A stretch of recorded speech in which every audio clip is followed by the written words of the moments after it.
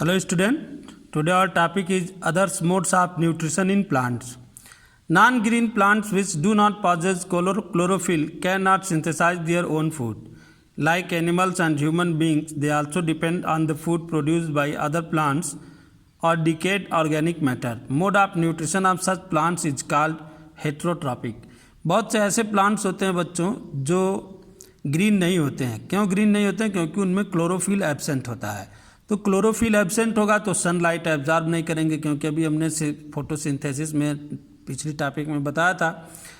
तो सनलाइट नहीं आएगी तो सनलाइट जो है वाटर और कार्बन डाइऑक्साइड का रिएक्शन नहीं होगा. तो ऐसे प्लांट्स कैसे फूड अपना बनाते हैं? तो ये फूड बनाते नहीं हैं, बल्कि ये फूड डिपेंडेंट होते हैं, दूसरे पर क्या करते हैं? डिपेंड होते हैं. और ऐसे प्लांट्स को हम क्या बोलते हैं? हेट्रोट्रॉपिक. क्या बोलेंगे? हेट्रोट्रॉपिक. यानी वे प्लांट्स जो अपने फूड के लिए दूसरे पर डिपेंड हों उन्हें क्या बोलते हैं? Heterotrophic. Types of heterotrophic nutrition. Nutrition in heterotrophic plants is of many types. Number 1, parasitic nutrition. The process by which the plants obtain their necessary nutrition from other plants और animals is called parasitic nutrition.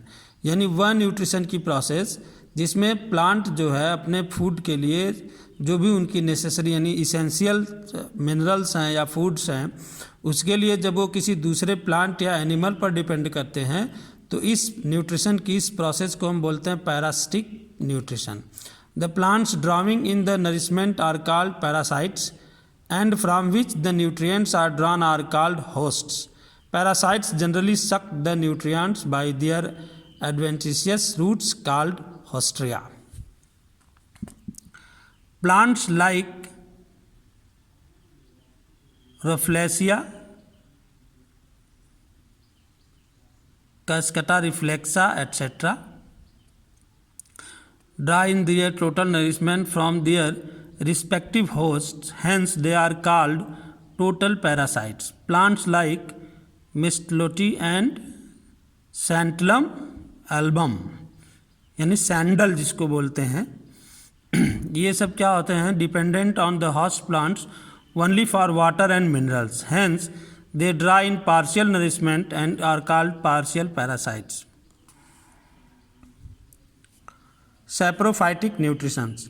The nutrition in certain non green plants which draw their nourishment from the dead and decomposed organic substances formed as a result of decay of plants and animals is termed to be saprophytic nutrition. The nutrition in certain non-green plants which draw their nourishment from the dead and decomposed organic substances, यानी कि decomposed organic substances से जो nutrients होते हैं या जो है dead जिनका न्यूट्रिशन जो है डेड बॉडीज से होता हो तो उनको हम क्या बोलते हैं? Saprophytic nutritions. Non green plants like Mucor, east, agaricus, bacteria, ये सब किस टाइप के होते हैं? सैप्रोफाइटिक न्यूट्रिशंस के होते हैं.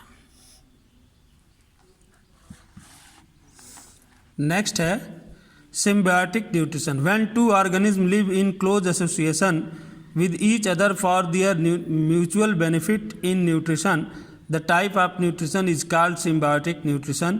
Each of the pair is called a symbiont and the mode of their association is called symbiosis. मतलब क्या हुआ? Correct. when two organisms lives in close association with each other for their mutual benefit in nutrition, तो इनको हम क्या बोलेंगे? इस process को न्यूट्रिशन की symbiotic nutritions बोलेंगे.